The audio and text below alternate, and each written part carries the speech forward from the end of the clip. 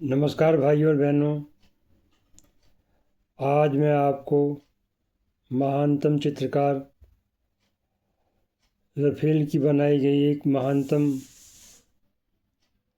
Painting के बारे में बताने जा रहा हूँ।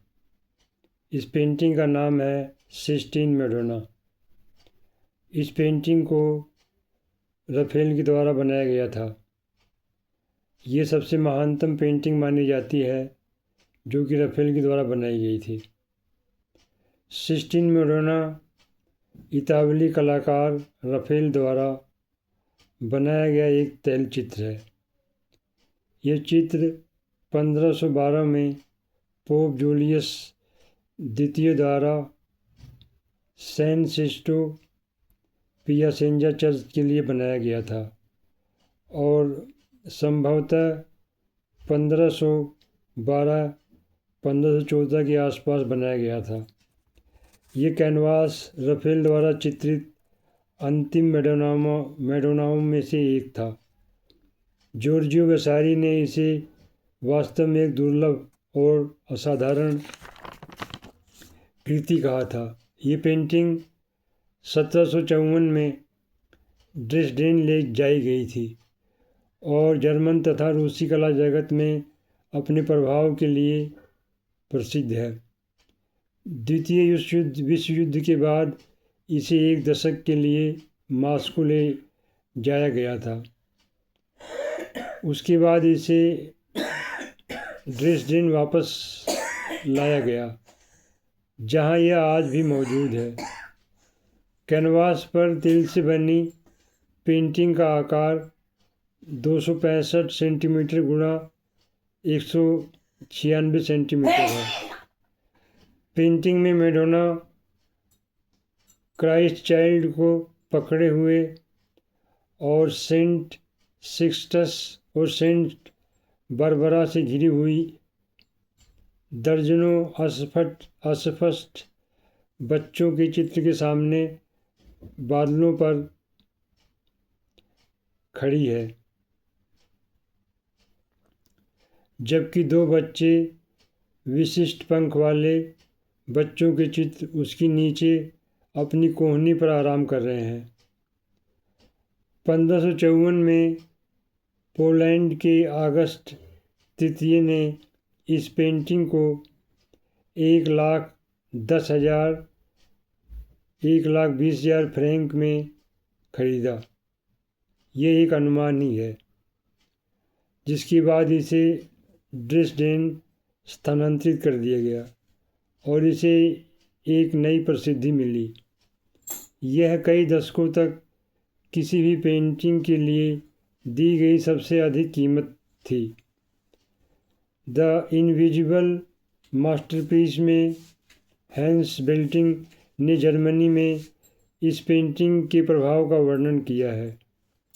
कला के किसी अन्य कार्य की तरह ड्रेसडेन में राफेल की सिस्टाइन मैडोना ने जर्मनों की कल्पना को प्रज्वलित किया।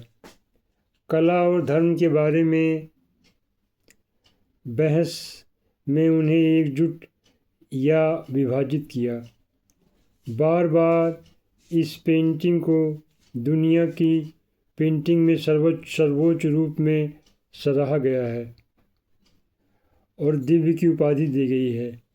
कम से कम इसलिए नहीं कि यह एक दिव्य बच्चे को कला के सर्वोच्च आदर्श के रूप में प्रस्तुत करती है।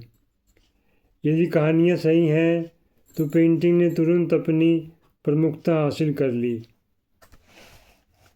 वैकल्पिक रूप से राफेल को एक धर्मनिष्ठ ईसाई और एक दिव्य बुतपरस्त के रूप में चित्रित करते हुए जर्मनों ने स्पष्ट रूप से छवि को अपनी खुद की एक किंवदंती राफेल का सपना में बांध दिया। 18वीं शताब्दी के अंतिम दशकों में उत्पन्न किंवदंती, जिसने कई कहानियों और यहाँ तक कि एक नाटक में भी अपनी जगह बनाई, राफेल को एक स्वर्गीय दृष्टि प्राप्त करते हुए प्रस्तुत करती है, जिसने उसे अपने दिव्य मैडोना को प्रस्तुत करने में सक्षम बनाया। ये दावा किया जाता है कि पेंटिंग ने कई दर्शकों को उत्तेजित किया और कई कैनवासों को देखते हुए कुछ लोग स्टेंडल सिंड्रोम के समान धार्मिक परमानंद की स्थिति में चले जाते हैं। पेंटिंग की लगभग चमत्कारी शक्ति ने इसे 19वीं सदी के जर्मन रोमांटिकवाद का प्रतीक बना दिया। चित्र ने गोएथे, वैगनर और नीत्शे को भी प्रभावित किया। दोस्तोयेव्स्की ने के अनुसार पेंटिंग मानव आत्मा का सबसे बड़ा रहस्योद्घाटन थी। द्वितीय विश्व युद्ध में ड्रेसडेन पर बमबारी के दौरान सिस्टीन मोरेना को विनाश से बचाया गया था, लेकिन जिन परिस्थितियों में इसे बचाया गया था और इसके बाद के इतिहास दोनों ही विवाद का विषय है। ये पेंटिंग अन्य कलाकृतियों के साथ सेक्सटन, स्विट्जरलैंड की एक सुरंग में रखी गई थी। जब लाल सेना से उनका सामना किया तो वो इसे ले गई। पेंटिंग को अस्थायी रूप से पिलिट्स ले जाया गया, जहाँ से इसे एक बक्से में एक टेंट वाले फ्लेट कार में मॉस्को ले जाया गया। वहाँ मैडोना को देखकर सोवियत कला का अधिकारी मिखाइल खराबचेंको ने घोषणा की, पुष्किन संग्रहालय अब दुनिया के महान संग्रहालयों में अपना स्थान बना सकेगा। जिन भयावह परिस्थितियों में सिस्टीन मोरेना को बचाया गया था, उसकी कहानियाँ प्रसारित होने लगी, लेकिन सच हो या झूठ, कहानियों ने सार्वजनिक कल्पना में पैर जमा लिया था और कई पुस्तकों में तथ्य के रूप में दर्ज किया गया। पेंटिंग के भीतर एक प्रमुख तत्व मैरी के नीचे पंख वाले देवदूत अपने आप में प्रसिद्ध हैं। इस प्रकृति के स्वर्गदूतों को बालक के रूप में जाना जाता है।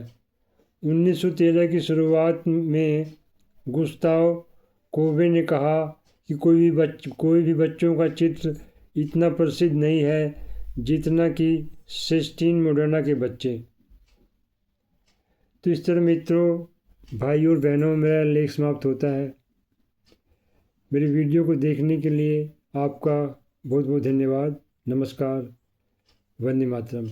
जय हिंद।